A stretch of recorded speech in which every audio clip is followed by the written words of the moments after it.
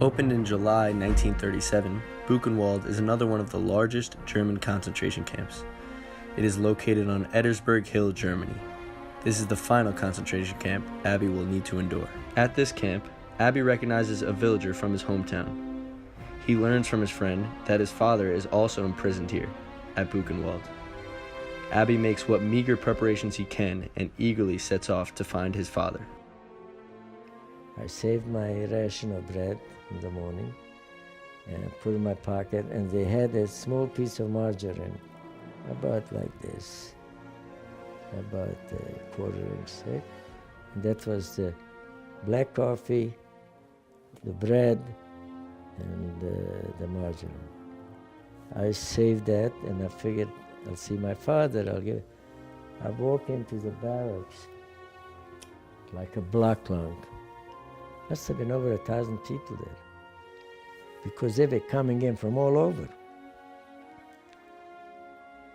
And I see a man in a chair, and he is facing this way, and somehow or other I see part of a profile, and I froze on the spot, like I didn't want to go further, because I remember my father.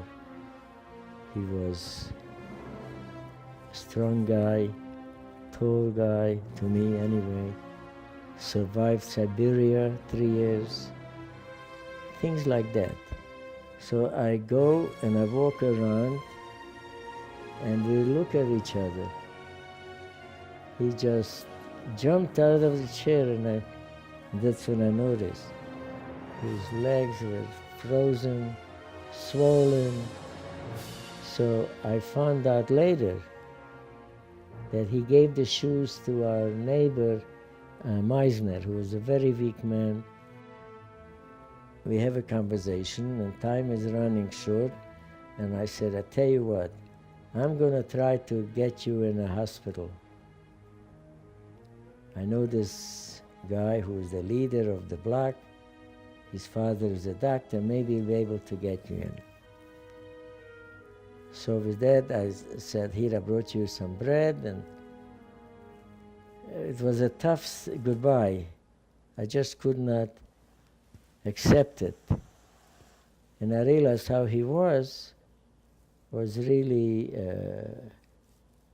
head below the belt in the gut. So I went back and I saw this guy, Otto. His name was Otto Exinger. And I pleaded and I cried to him. I said, your father is a doctor. See if you can get him in. He says, you don't want him to go into the hospital because they're not going to do anything for him. And he'll wind up in and out right away to the crematorium. So, but I'll give you medications. He gave me Sif for swelling and bandages and other things. And he gave me an extra ration of bread. And he gave me a canteen of soup. And sure enough, that's next day I go back and try to, I said, no, don't worry. Then he sits down and he says, I want to tell you, just remember, you know, your mother's brother, you have an uncle in America. So I knew what he was leading me on to. I says, Tata, don't start off. We're going to be together and we're going to go back home. I don't want to hear you. No, but I just tell you, keep it in mind. His name is Sam Leibowitz. And he went there in the early 1900s. He ran away before the First World War. So anyway, we spent some time in there. I come back the next day, and his neighbor, who was from our hometown, comes to me and says, listen, if you bring food for your father, you make sure that he eats it in front of you. I says, why? Maybe he's not hungry then. He says, I said, why? He says, somebody saw he put some bread under his pillow. They beat him up at night and did this thing. So that was the top of humanity. I lost all respect. Because animals don't treat themselves like that.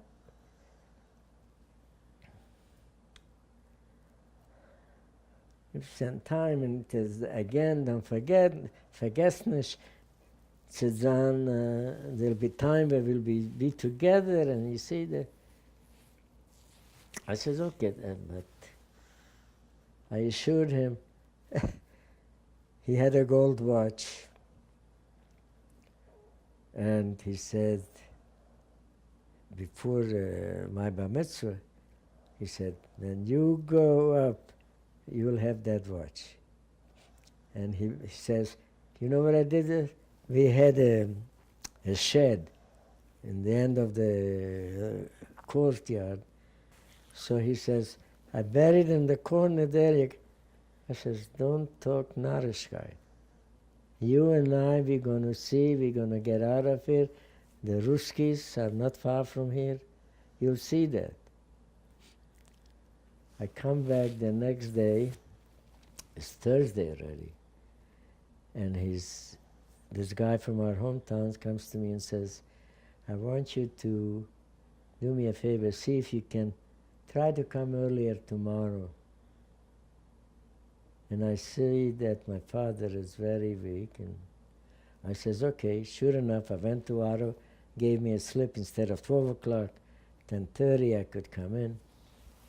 I come there, I walk to the bed where he's not there. So I looked around for our guy from our hometown, and I said, Mr. Deutsch, where's my father? He says, I don't know, in the middle of the night, he passed out, or died or whatever, they took him out. Well, I tell you, I couldn't believe it. And I saw when you came into the barracks, there were dead bodies stacked up one on top of the other like logs. And I couldn't accept the fact that he just disappeared. I went looking at arms, his numbers, to see if I see his number. Well, anyway, I didn't know that I saw him for 4 days. And to me, was the biggest loss in humanity, and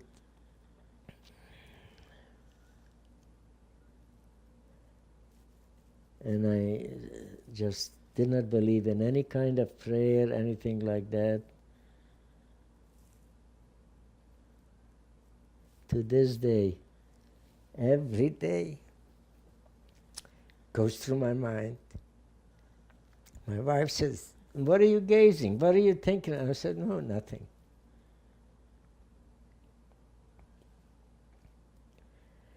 Because I don't think, unless somebody went through that, nobody will be able to digest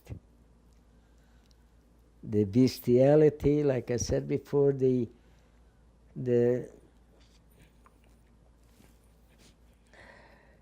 how human beings, sometimes I said, when I give a talk, I said, sometimes I wonder if they had a mother. It was easier for them to kill than to go ahead and buy a piece of cake. It was nothing. And later on we found out how the system got to work so fast, because they had in some camps, in Auschwitz and military prisoners, soldiers, and they had their uniforms, so they had to be cleaned. And this chemist who gave them the supplies, he says, try to clean that it cleans very well. And the people, the soldiers who were working, all of a sudden they were keeling over. So the commandant says, oh boy, that's a fantastic way of how to... he notified Himmler, told them, oh, we found something that will go in mass. That's when they started building more crematorium. Because prior to that, they used to take him to a ditch and shoot him, or they would make a bus, and not a truck, and close, take the pipe. All of that would take too long. And bullets, they said, we need it for the front. On September 2nd, 1945, the 6-year global war came to an end. Millions lay dead, and those who did survive the horrors of the Holocaust were left to pick up the pieces of their life and continue on. Abi Weiner, the man who survived 4 German concentration camps, was finally able to take a sigh of relief. April 11, 1945 was the liberation from hell. That was a time when Europe was able to lift its head up and start breathing and realize what went on in the world. That story doesn't end yet, and I don't think it will ever end, because it's an important part of human beings to realize what one can do to the other. Unfortunately, it's a sad affair, and now there are very few people left who are my age. And every day I read in the paper, or I know I get a call, so-and-so passed away.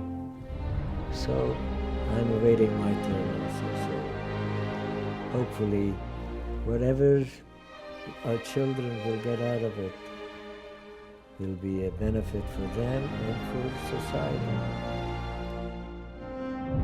Abi Weiner persevered through the darkest days to ever face mankind. After liberation from the concentration camp, Abi studied in London at a university and eventually found his way to the Bronx, New York. Here, Abi worked in the textile industry and eventually met and married his wife, Bonnie.